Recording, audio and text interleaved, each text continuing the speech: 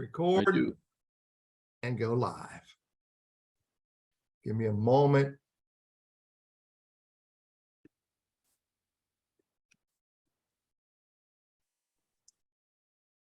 Welcome. You're on Lunch Conversations with Randy and Teddy. And for those who've never seen me before, I'm Teddy, and my cohort, the shiny top of the head, is Randy. We'll tell you about our special guests in a few minutes.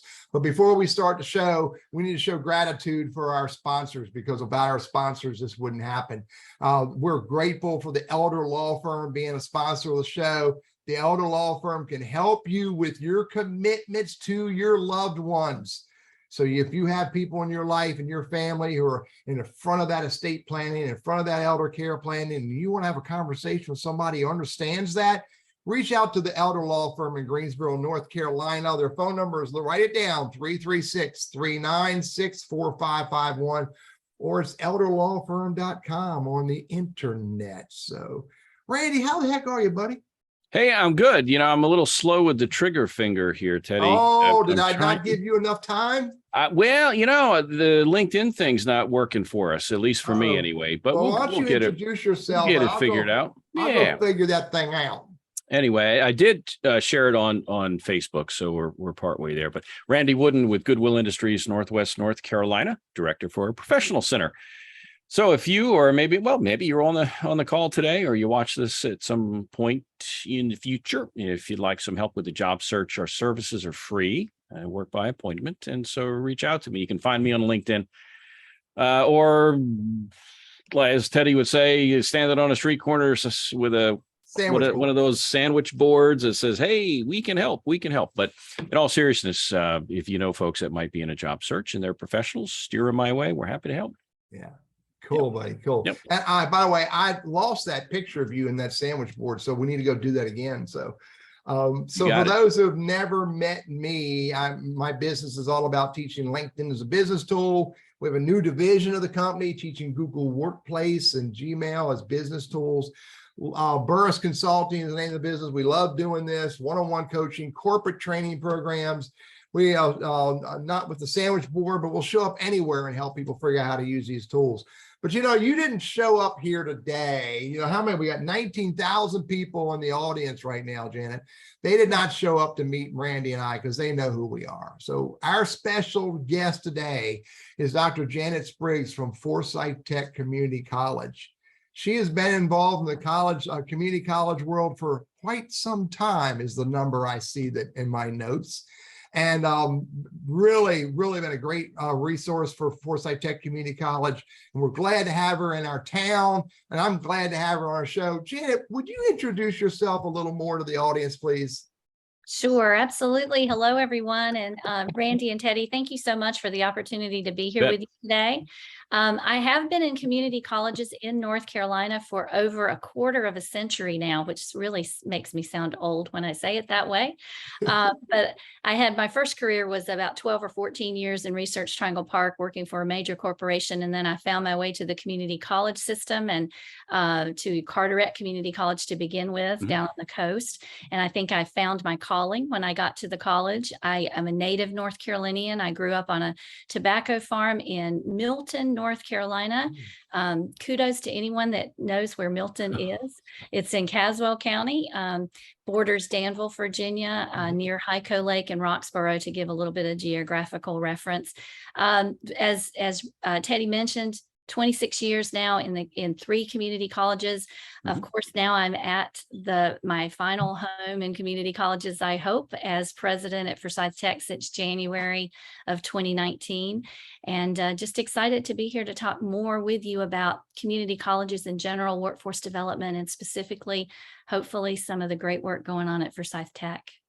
Hey, be remiss. A couple points here. I want to, first of all, if you're watching and you have comments or questions for Janet, our guest today, put those in the chat box, because I don't monitor Q&A because they ain't paying me enough. How's that, Teddy? Unless you want to up the ante on the old payroll, I may take a look at it. Stop banging me for that. It's not going to happen, buddy. All right. So keep an eye. I'll keep an eye on the chat box. We'll try to work those questions in. But before we get started, always ask the why question. Janet, what's the why for you? I can tell you're passionate about what you do. Was there a single moment you said you found your calling? I think you said a while back. what was it about the experience, or it was a single event that really cemented this thing and said, hey, this is where I need to be? Yeah, that's a great question. So I believe, first of all, I'll start by saying that I believe and hope that everyone is able to find their purpose and live it with passion every day.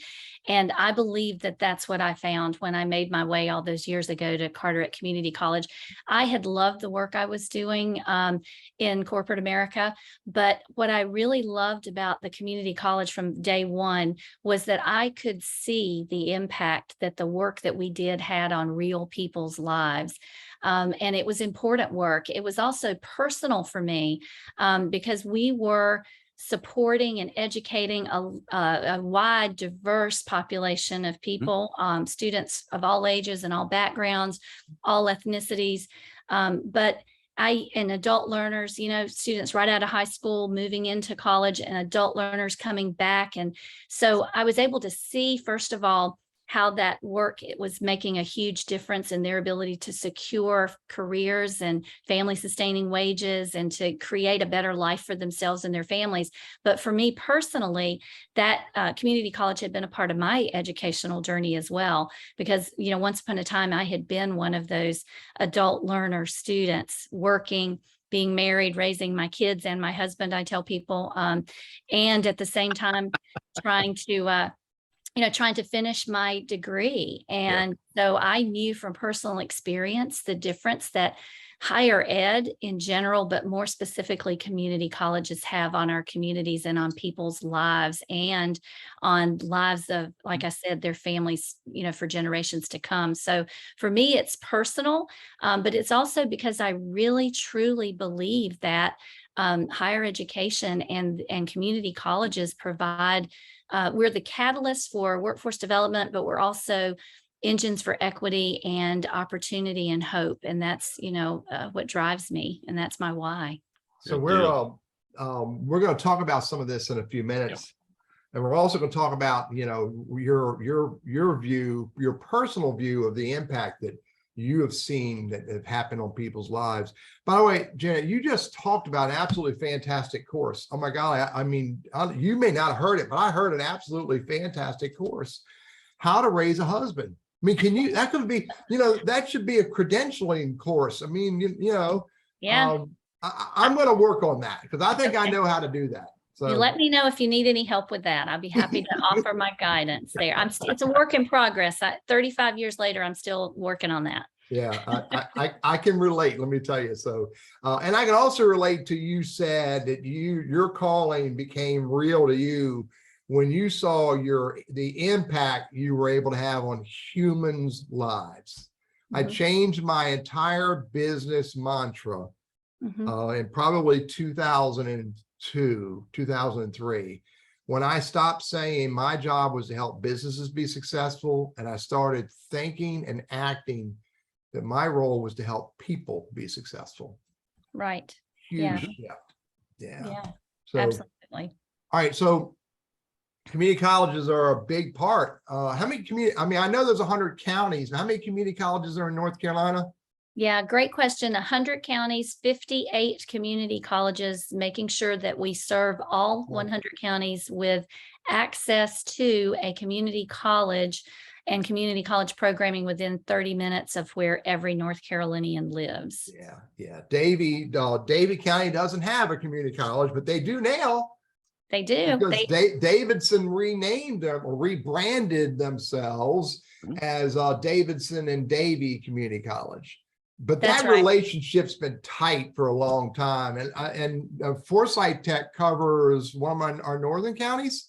That's right. Our service, each community college has a service area. We don't compete with each other. We work together. And so we cover both Forsyth and Stokes counties. And even though Davidson Davie just rebranded and changed their name, they always had been serving in Davie County. They just didn't have Davie as part of their name. So there's several community colleges throughout the state that serve multiple counties. So and I'm blessed that I'm able to work with them in lots of different ways. So for me, it's a lot of fun. So higher quality education. That's one of the talking points that you and I chat about, higher quality higher ed. And I like the fact that it's, the goal within the North Carolina community college system is to be within 30 minutes. So I never heard it said that way before. So I'm glad that you shared that with me. Yeah. So give me a little bit of insight into how does a community colleges decide what kind of courses or programming do they include and make available? That's a great question. And so the way the reason that there are 58 is, again, to be able to provide that access to high quality public higher education for every North Carolinian within 30 minutes of where they live. Mm-hmm. But the other key point about why we are located where we are and why there are so many of us is because we recognize, and the forefathers that built this system back in the 50s and 60s, they recognized that it was important for the community college to be able to serve the communities where they were located. And so our programming is tied to what our businesses and industries and citizens within the local service area need. For example, I've worked at 3 colleges. One was at the coast, Carteret down at Atlantic Beach, a tourism-based economy, very different from the Piedmont Triad region. And so the mix of programs at Carteret Community College are unique to the businesses and industries and needs for higher education, workforce development that are in that service area at the coast and in that tourism-based economy. Whereas the mix of programs that we have are in many cases very different. Now, all 58 colleges offer college transfer options so that students can come to us and take the first 2 years of their bachelor's degree at any community college, earning the exact same credentials, taking the same coursework for those first 2 years. Yeah. But when we talk about the workforce programs that are a big part of what we do, those are tailored to meet the needs of the businesses and industries in the communities that we serve. Yeah. Hey, Teddy, I know. Go ahead. Take that question. Yeah, well, I work, as you know, with Goodwill Industries, Northwest North Carolina, and we partner. We're 31 counties, so we're a big Goodwill, and you're one of our primary, community colleges we partner with. And of course, we're talking skills training and so forth. But a lot of times, in fact, I think worked for Forsyth Tech back in the Ron Barra days. I don't know if remember Ron Barra. I was on payroll, dude. He was I think in the HRD department, but I was farmed out to teach classes about job hunting stuff. So I gather you're partnered with Goodwill. You have other funnels or ways to get out into the community to really understand what businesses need. How do you go about that process? Yeah, so what a great question, Randy. And I would say Goodwill is one of our best partners. We love all the different ways that we are able to connect with our missions are very similar, I think. Yeah. And it's all about helping people advance socially and economically. And so we're great partners with Goodwill. But honestly, the name of the game today is partnerships more than ever before. We cannot hope to know everything about all the needs, and we can't help to be able to solve all the needs without having these great partners. So we have significant partnerships, as you might expect, with the school systems. We partner with both Winston-Salem, Forsyth County and Stokes County school systems to make sure that we are recruiting into the programs that we offer to meet the workforce needs. We have business and industry leadership teams, which are similar to advisory boards. So all of our programs either have the business and industry leadership team or the advisory board, which is made up of employers within our service area and within all the different industries that we serve, to help us keep our pulse on the needs of their workforce and to help us design our programs and even our curriculums down to the course level based on making sure that students graduate with the competencies and the skills that they need to do the jobs. We partner with a plethora, just every nonprofit in the community that you can think of, to make sure that we are, number one, helping them with their missions, but also being able to utilize the services that they provide to help our students stay in school. Because sometimes, it's not, most of the time, my students are not stopping out if they stop out because of academic challenges. We have excellent teachers who know how to teach and do it very well. Students can learn. It's the life happens kinds of things that get in their way. So we have to have those relationships and that network of resources outside of what the college can do to kind of meet those life happens needs and keep them moving forward.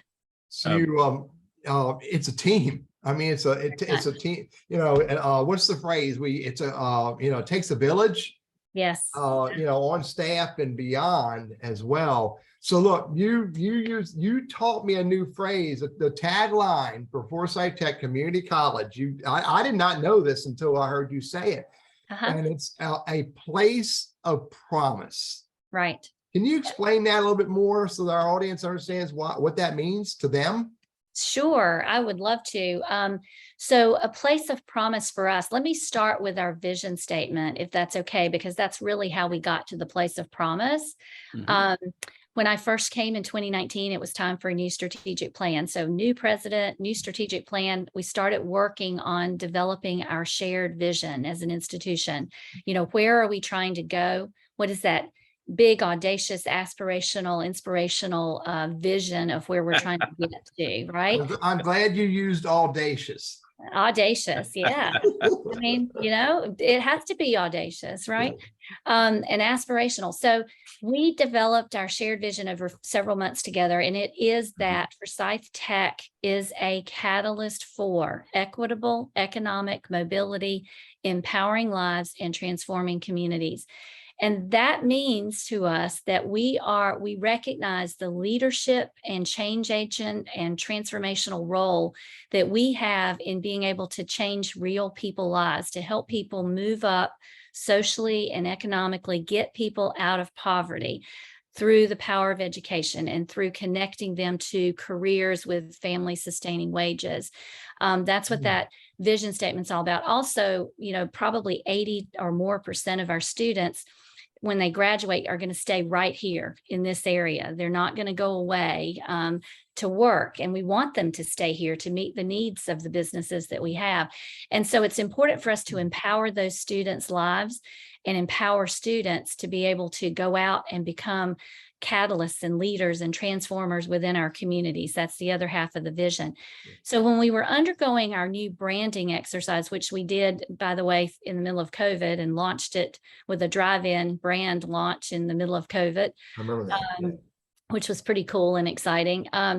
Anyway, when we went through that exercise, and as we were kind of talking about that vision and about all the strategic planning work that had gone into creating our Vision 2025 strategic plan after we had that vision statement, we started trying to come up with something that could very quickly and easily identify what it is that we are selling. You know, what are we saying that Forsyth Tech will mean to you on an individual and personal level?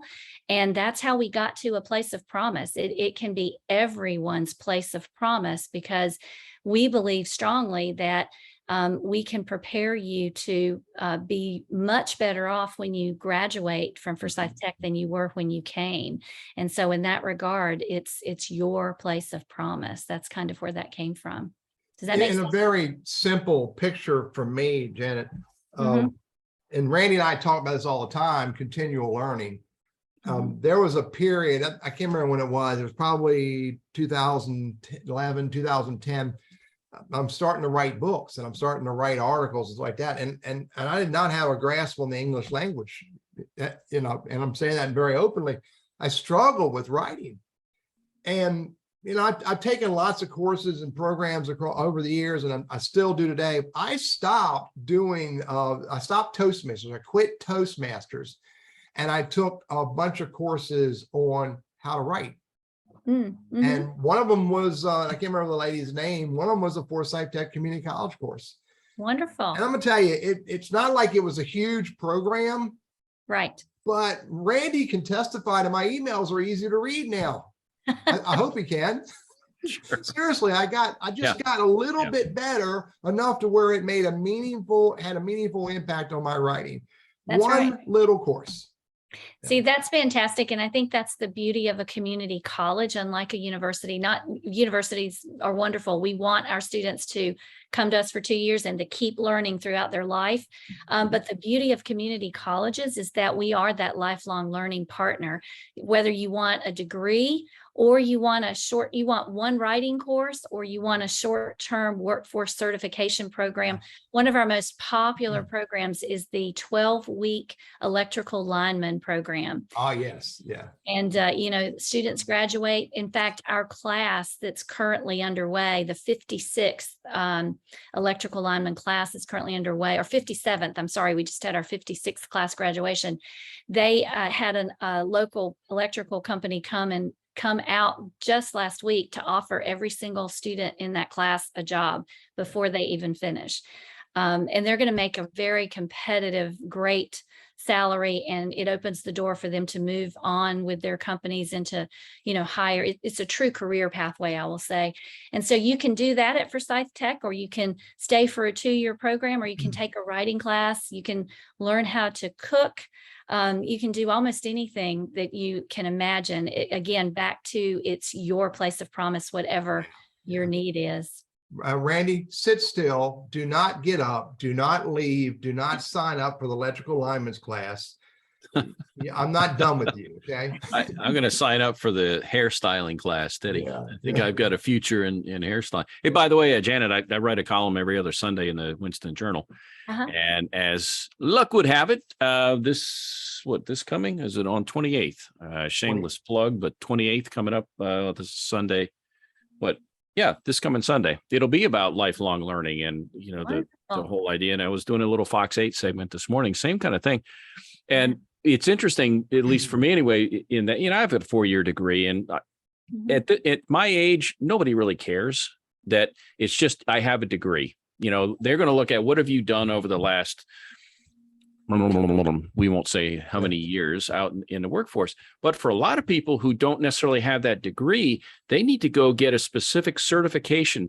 They may be good with electricity and doing home fix-it stuff.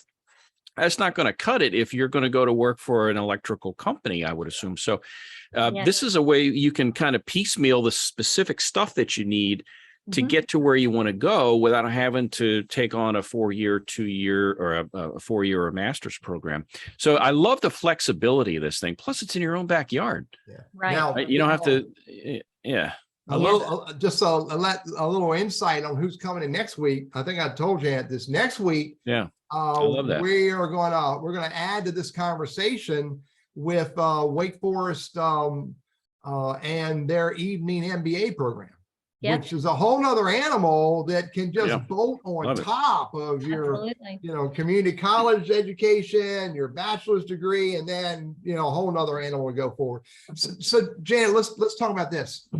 Community colleges ebb and flow with the economy. They ebb and flow with unemployment, and they ebb and flow with lots of things going on.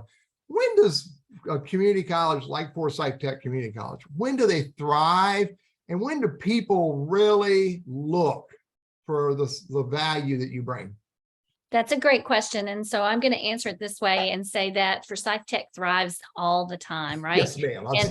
And it's true. It's true, though. So to your point, there are certainly times when within the ebb and flow of our economy and other things that certainly create times where we have higher enrollments and we have lower enrollments. And some good examples of that, typically during a recessionary period when a lot of people are out of work.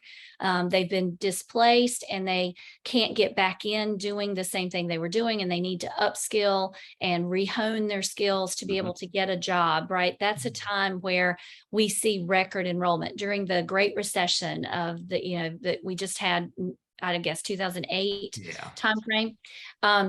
During the Great Recession, we were busting at the seams. We literally, at one time at Forsyth Tech, we didn't have enough parking space, and we're actually shuttling students from Haynes Mall to the college, having them park at the mall and shuttling them to class.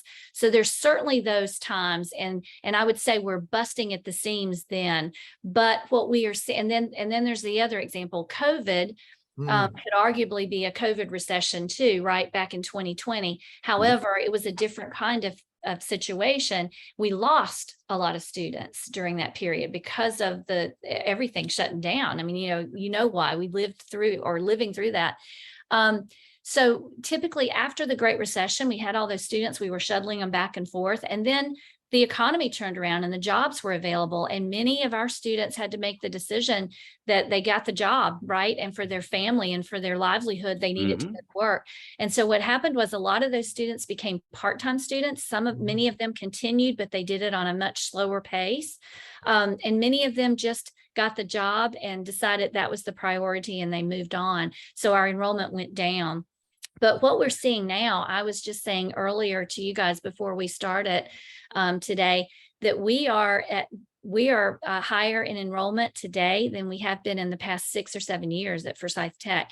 And I think that has to do with people beginning to recognize that community colleges are a place that add value and that are a great value. The return on the investment is tremendous. It's higher education, it's workforce development, it's preparation for skills for jobs right now, without the debt, right?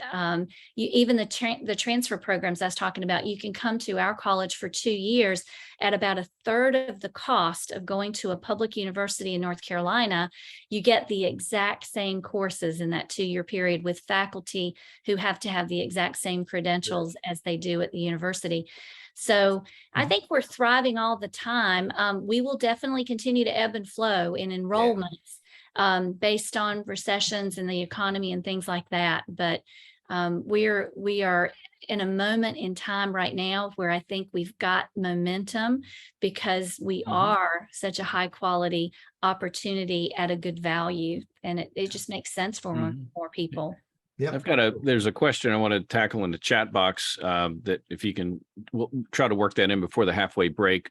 Just out of curiosity, I'm just wondering, there's the brick and mortar traditional, show up classroom, you have an instructor, virtual.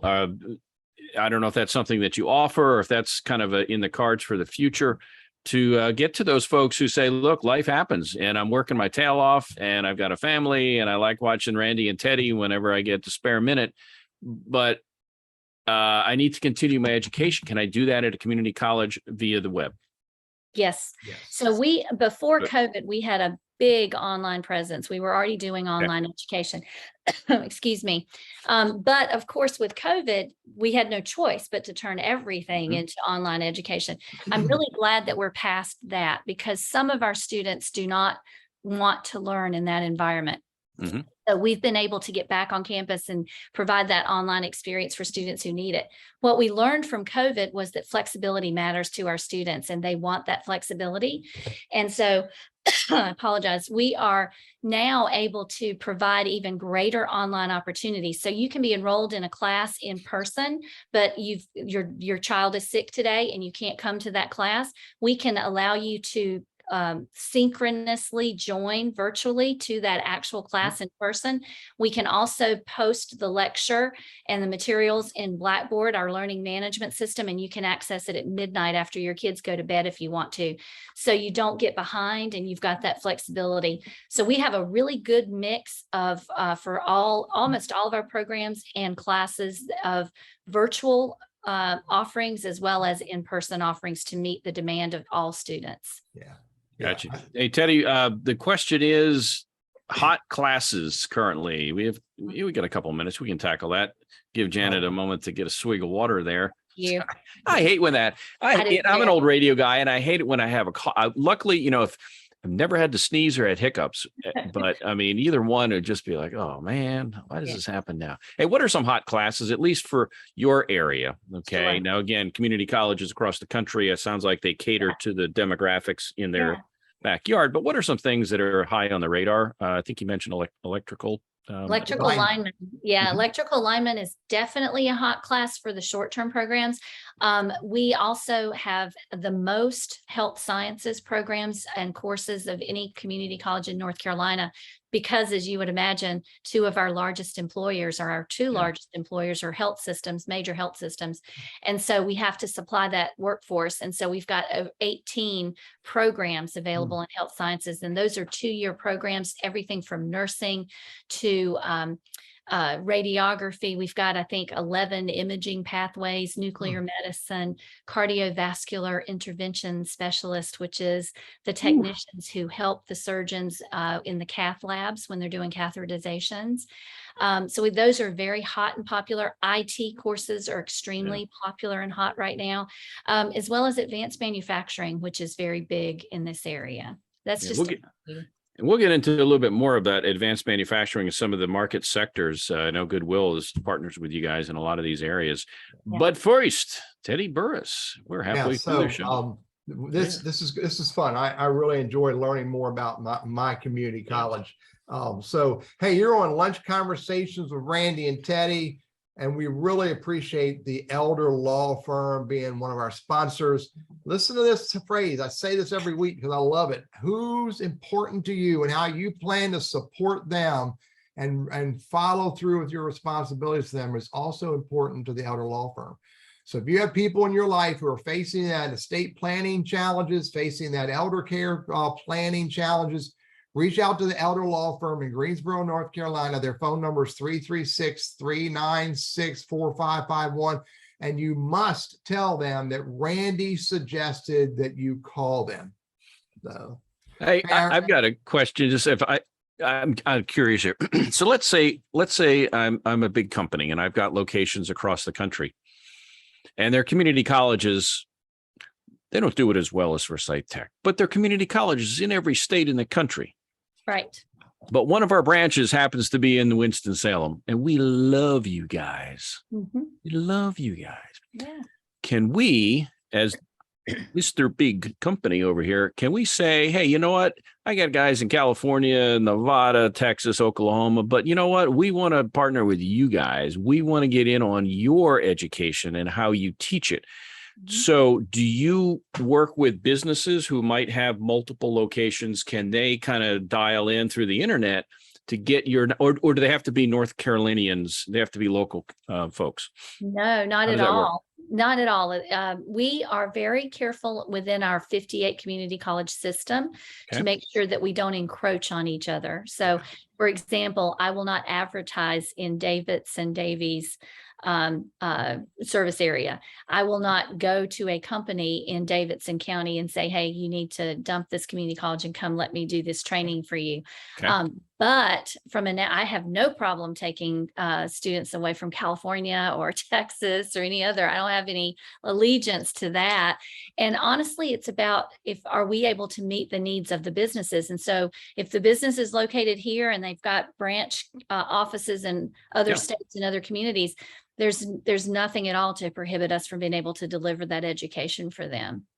And we have people attending from across the country, and so who knows where things might lead. But that was just a question I had, was how that all works out. We're kind of like that with Goodwill too, as far as poaching going to other businesses and such. Now, that said, if somebody watching the show, and we have, I've got clients watching the show who don't live locally, but they've sought us out, and it's their impetus that brought this thing forward. And they said, I need some help with a job search. So, but as long as I don't go chasing them, then we're fine. Teddy, let's go back to what you got on your plate over there. So, so let's ask this question, Jay. I've been wanting to ask this question. You told us early on that you have a personal interest in the value of community colleges because you are one of those lifelong learners, and you went back to school at an older age and went to community colleges. And so it really resonates with you personally. But do you have a story of a mom, a dad, a son, or a daughter who you saw how community colleges could affect their lives in a positive way? Sure. So I could, we do not have enough time for all the stories I have over 26 years, to be honest. And, even for my own story, growing up poor on a tobacco farm and now being a doctor and a president at a community college, and having gone to 2 community colleges in North Carolina, I think that's a pretty cool story about the ability to change lives and transform communities, you know, as we talked about. But I've got a story in particular about a young man named Ryan. This is a Forsyth Tech story, and Ryan has great drive and ambition. And it's also a story about the opportunities that he seized and hardships that he overcame. He did not have a good childhood. He had a very difficult childhood, lots of things that, quite frankly, I might have grown up poor, but I grew up with loving parents and a lot of really great things. He grew up in a much different situation, a little bit of poverty coupled with some other really hard things. And so at an early age, though, he did decide that he wanted to work in IT. Eventually, he did graduate from high school and decided to join the Army. He was an active Guard Reserve soldier at 18, I believe is correct. And he got the opportunity through the Army and through that reserve work to study integrated training management systems. And then he came to Forsyth Tech in 1999 to work as towards an associate degree. He wanted to work in network administration specifically. And so he figured that between his experience with the Army as well as the hands-on training he got at Forsyth Tech, he was going to be able to find a job quickly. And he had a paid internship with a company in Greensboro, which gave him some even, greater hands-on experience. By the time he earned his degree, he also had earned a few other certifications and was offered a position with a local company. He was able to then continue on that lifelong learning journey. So he got his bachelor's degree, attending classes at night at High Point. He went on to Gardner Webb University, and I think he got a job as a computer information systems admin, whatever that entails. It's a high-tech thing in Charlotte.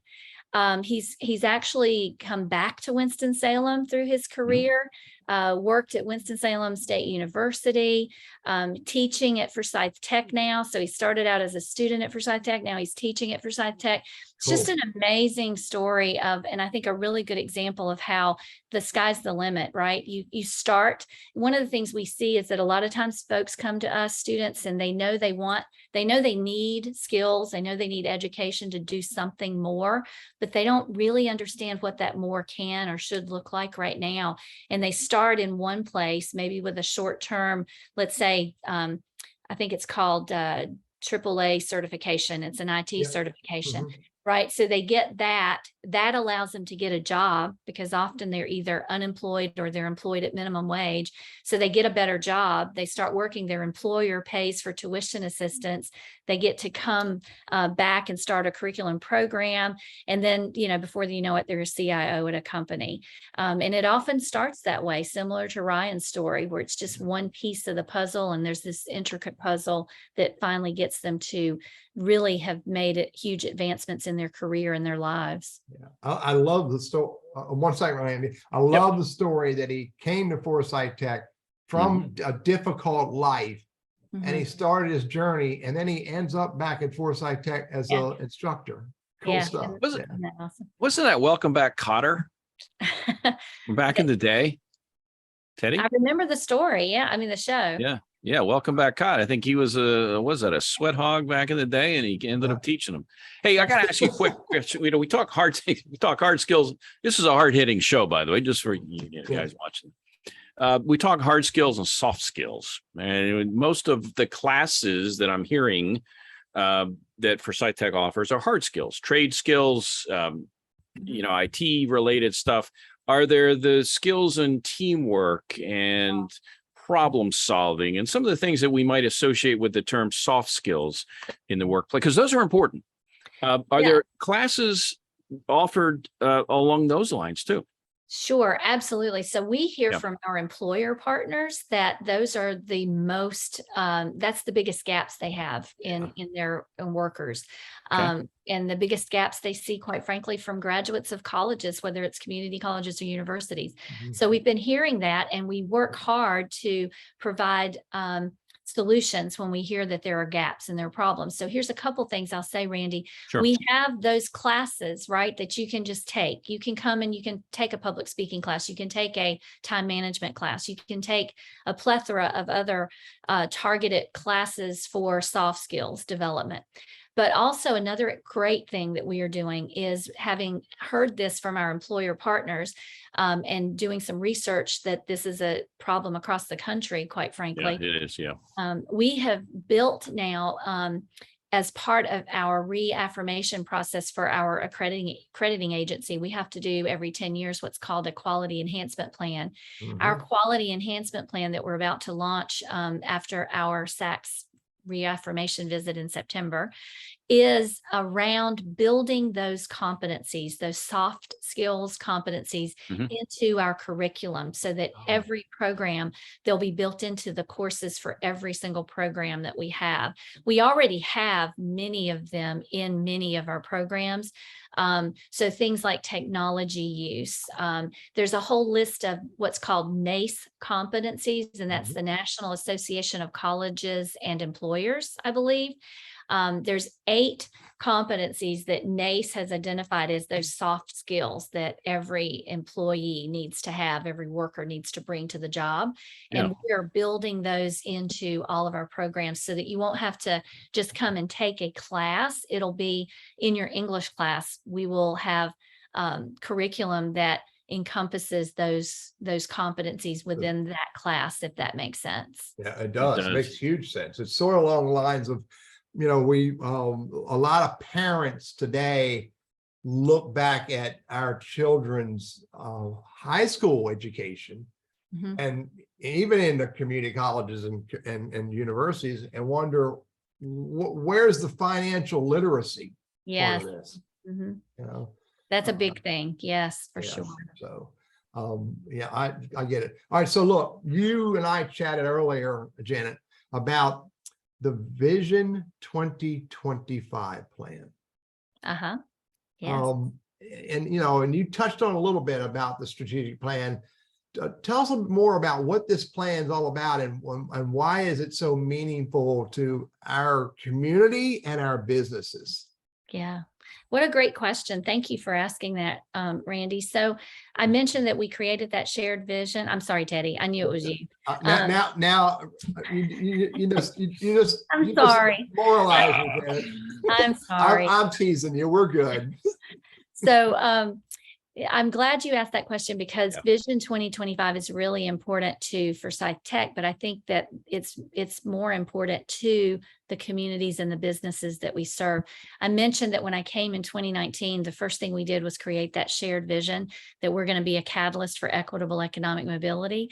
The next step was to spend the rest of the year, from about April to December of 2019, bringing in external voices as well as internal voices to create a strategic plan, which is literally the roadmap, right, that will tell us how to get to realizing our vision by 2025.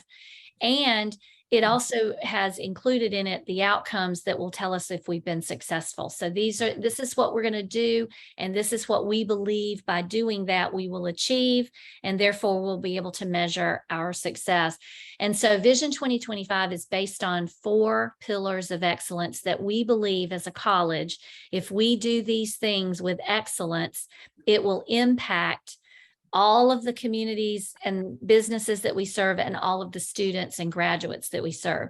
And those are, number 1, excellence in learning, which is kind of self-explanatory, right? We want to make sure that we are teaching high quality teaching and learning. Number 2, pillar number 2 is completion and transfer. And so that is based on the premise that it's great that we have a community college providing access to high quality public education, higher education. But in addition to just opening the doors and saying, come, because we're an open door institution, so everybody's welcome. But in addition to inviting you in, we need to make sure you leave us better off than when you came. You transfer successfully, you complete your 2-year program with us, or you transfer to a university and complete the bachelor's degree. The third one is equity. And that means that no matter who you are, whether you are 16 years old, because we have our youngest graduate this year was 16 and our oldest was 73, and we had everything in between. So no matter how old you are, what ethnicity you are, what race you are, what background you come from, low income, middle income, whatever, you are going to have what you need to be successful, that equitable opportunity. And number 4 is post-graduation outcomes. And this is the one tied directly to your question, Teddy. And that is that when you leave, you are prepared to be successful at the university or meet the needs of the workforce right here in Forsyth and Stokes County in the greater Piedmont Triad region.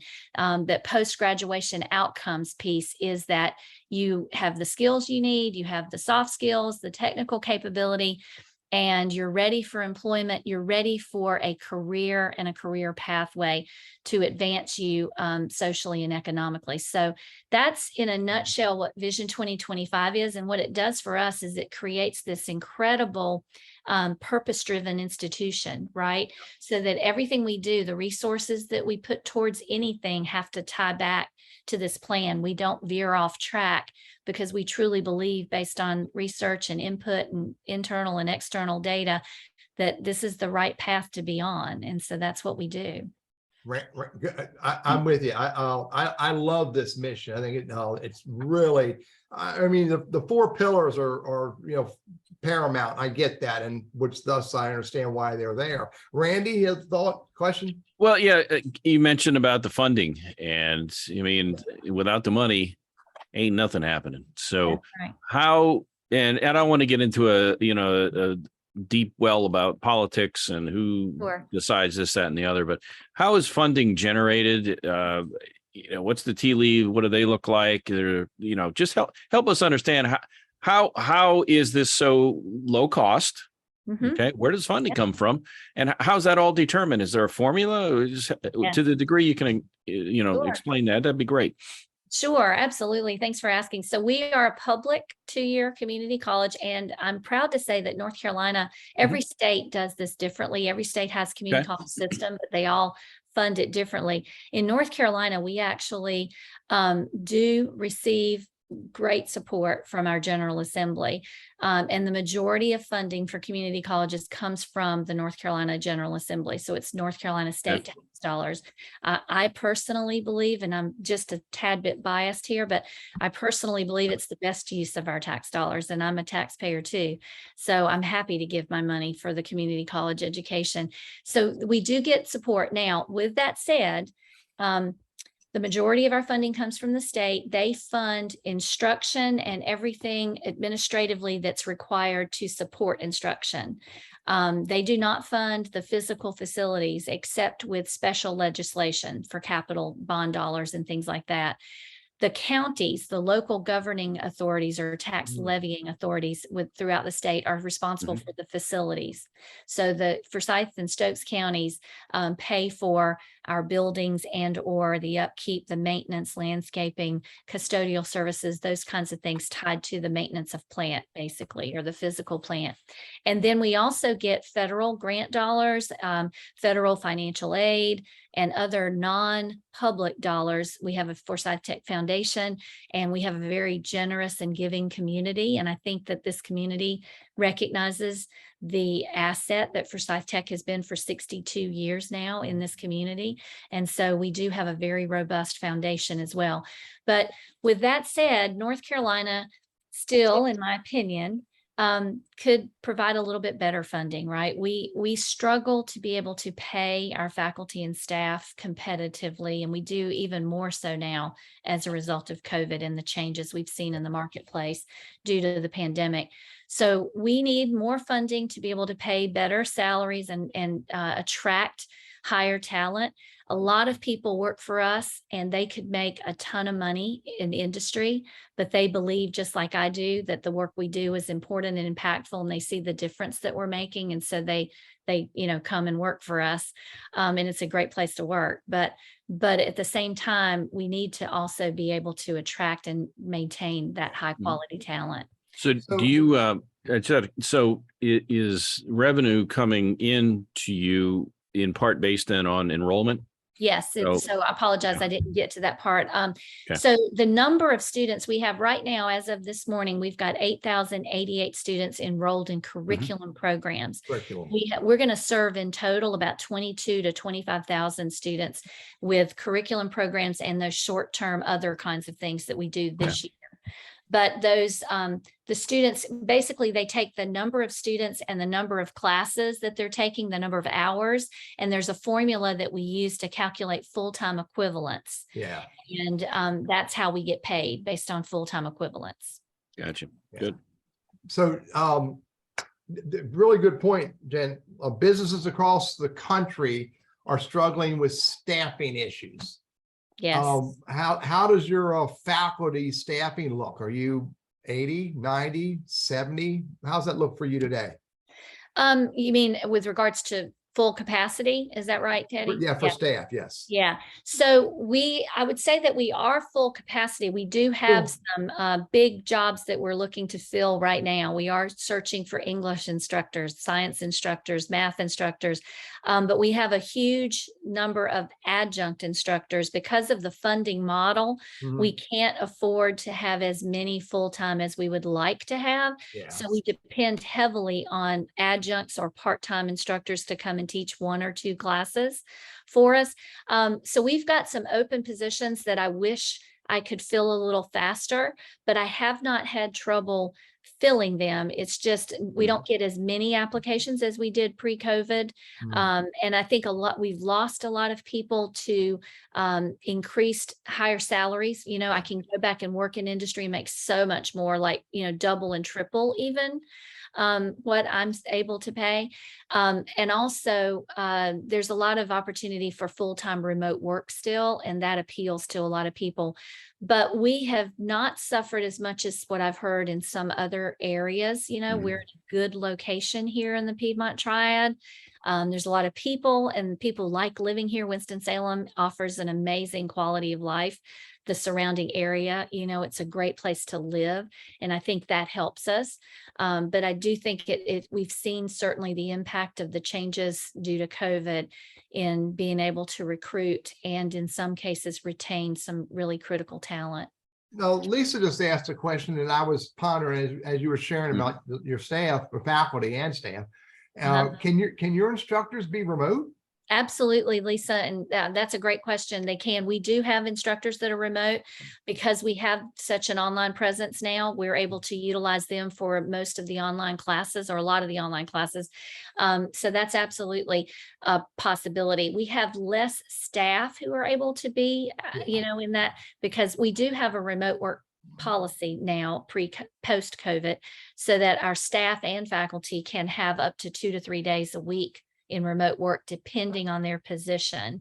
But you know, so that's been a good thing for us to be able to use to retain talent. But if you're an instructor and we have availability for online classes, it doesn't matter to us as long as you're a good instructor and you can teach well online. We'll even provide you training to help you do that better. We're happy to have you live wherever you would like. So Randy, that's pretty cool. Janet just said that she needs math teachers, and remote may work. And I know how to use a slide rule. I thought it was an abacus. Was it abacus? I've mastered that years ago, dude. I'm in a slide rule now. So good deal. Well, I feel better already, Teddy. I'll tell you. As well you should. Janet, there's a whole lot about community colleges, let alone, you know, my community college in my home. I live in Davie County. I love Davidson Davie. I do work for them all the time. But you know, I call Forsyth Tech Community College my community college. And so really appreciate you sharing. Is there a couple thoughts that you have that you really want to make sure our audience, you know, we hit 29,000 at one point. Is there a couple really important points that they should understand before we close out the show? Well, sure. Thank you. So I think before we went live, there was something that was in the Q&A about, you know, this notion of overcoming a negative narrative around education. And I thought that was a really good question. So there is, you know, Americans have been questioning the value of higher education these days because there's so much debt, and students are saddled with it for so long and unable to get jobs that give them enough money to be able to cover the debt, much less move ahead in life. So I think that's an important question. And I would say that community college is part of the momentum that I talked about that we have. You know, there's always been somewhat of a stigma around community colleges. I've been on social media for a couple of years now, joining in a campaign, #EndCCStigma, trying to tout the value of community colleges and how it's not the last resort, but in my opinion, it should be the first solution, you know, your first choice, not your last resort.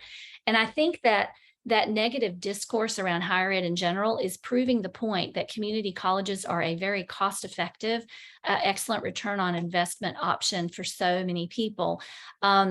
We really do have something for everyone. We're an open door institution, so we turn no one away. It might not be that you can get directly into the nursing program because that is a selective program, but you can right away, if that's what you want to do, eventually we can get you in a CNA program. We can get you in a phlebotomy program. We can get you into something that is preparing you to move into that bigger career and get on a pathway to, you know, again, success.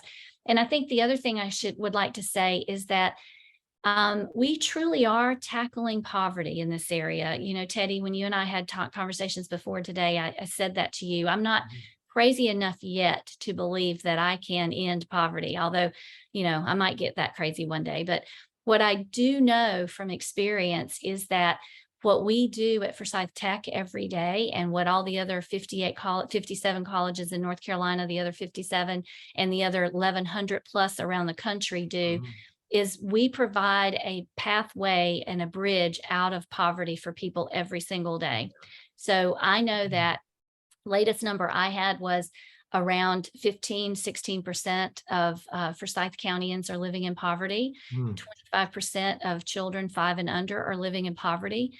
So when I go to bed at night and close my eyes, it hurts my heart that 25% of children 5 and under are going to be hungry when they close their eyes at night. Yeah. And so, you know, we're taking that on. We believe, and it's true because I got data to show you, that what we do at Forsyth Tech is going to help more people get out of poverty. It's going to interrupt the cycle of intergenerational poverty, and it's going to make people's lives better and people's futures better. So that's what I'd like to end on, or my final comments is that, you know, we can utilize this community college to help more people in our community find a better and brighter future and to move themselves and their children out of poverty. That hashtag was EndCCStigma. That's right. Hashtag end, EndCCStigma. That's it. I got it. I Googled that while you were chatting, and I'm asking the audience to, when they go online, join in that conversation, because it's a what's the word I'm looking for? Conception. It's a misconception based on my words, ignorance, and ignorance is a result of not wanting to listen and not wanting to learn. Yeah. Hey, if somebody wants to learn more, what's the website? Yeah. Forsyth, www.forsythtech.edu. Forsythtech.edu. And a quick follow-up. Talk about poverty and people that's go to bed hungry. And are there tuition assistant programs for somebody who really doesn't have the money, even for a low-cost institution like what yours is? What if they just don't have it? How? So it's available. Can they go to the website and that'll start the process? Pretty much. Yes, they can go to the website and start the process. We've got federal aid, we've got state aid, we've got local aid, and we've got foundation private aid. So right now, everyone's coming to college for free right now, right? Because we've had so much federal money that for 2 years, we've had the college commitment that any North Carolina graduate last year and this year is coming to Forsyth Tech completely free. That means they're not paying for books and they're not paying for fees right now. And we're working to keep that movement going past this, you know, post-COVID time. Listen to that solid nugget right there at 12:58, Randy. I mean, you know, I mean, that's dedication by our state, by our county, and by our leaders of community colleges who say, look, this is important enough to change people's lives. Yeah, if you have the want to, they can teach you the how to, and you can do it at no cost at this point. So you know, it falls on you as the person out there that says, hey, I want to improve my standing. So it's out there for you. Janet, thank you, by the way. Thank you for coming out today. Yeah, Thank you Janet, guys really, so much. really do appreciate you joining. We'll double us your today. salary next time. Just you did such a Wonderful. good job. Well, Randy, thank you. stop giving away the dollars, man. I'm sorry, I forgot. Anyway, thanks for Janet, joining really us. do appreciate it.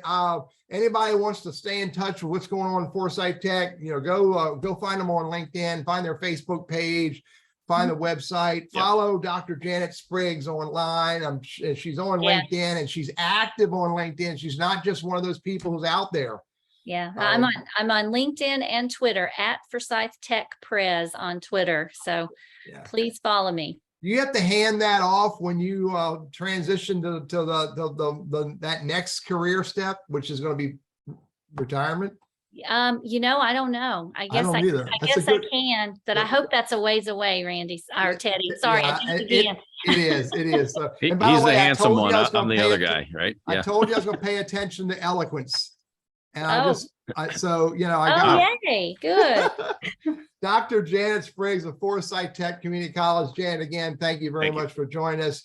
The Elder Law Firm out of Greensboro, North Carolina is our sponsor. Check them out. If you need help, go look for the elderlawfirm.com in Greensboro, North Carolina. Our special guest next week is Colleen Von Dolan with a Wake Forest University, their evening MBA program. Just another way of growing and learning. So join us next week as well. Janet, we'll say hi another day. Randy, go off and have fun and be productive, dude. I'll try. Thank you again. Thank you, guys. Bye-bye. Bye-bye.